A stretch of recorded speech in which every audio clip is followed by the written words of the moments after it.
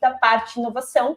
Queria saber se houve algum momento que vocês sentiram que, cara, a gente vai precisar ser diferente do que está no mercado para conseguir estourar, para conseguir oferecer um serviço jurídico de uma forma diferente. Porque em 7 anos, não só o escritório mudou muito, mas o cenário jurídico mudou e as demandas jurídicas mudaram muito também, né? Eu acho que desde o início, uma condição que eu falava para o Maurício do que eu imaginava enquanto escritório, e ele também, eu acho que a gente uniu muito essa ideia, esse desconforto com o mercado tradicional de advocacia, né?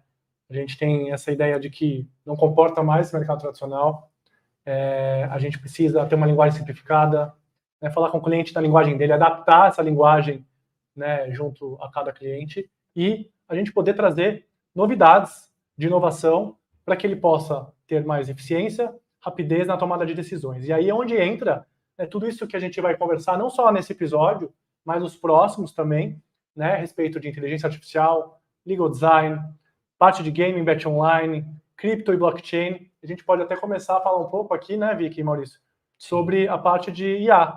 Então, a gente podia abrir aqui para o pessoal entender um pouco mais o que é a IA no mercado jurídico. IA é inteligência artificial, né? E a gente vai trazer um pouquinho aqui do que a gente entende como importância desse crescimento da IA, não só no Brasil e no mundo, mas como isso revoluciona também a parte jurídica, né? Então, a IA, ela é um campo hoje extremamente importante para a gente trabalhar no nosso dia a dia.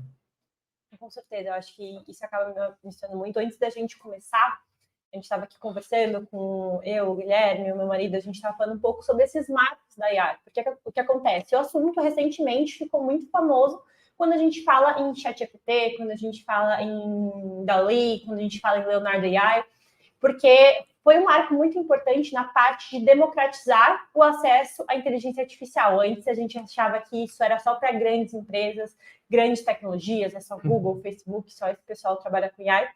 E a gente teve esse acesso de, olha, todo mundo consegue ter um pouco de AI no dia a dia, mas quando a gente parar para pensar, a inteligência artificial está no nosso dia a dia há muito tempo.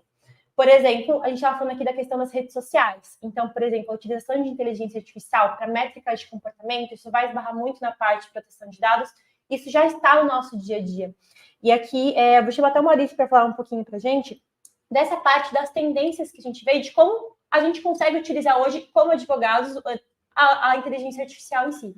Sim, sem dúvida. A IA é uma ferramenta importantíssima, moderna, está em voga, e só trazendo aqui uma contextualização da inteligência artificial, talvez nem todos saibam, mas nada mais é do que uma máquina que aprende também.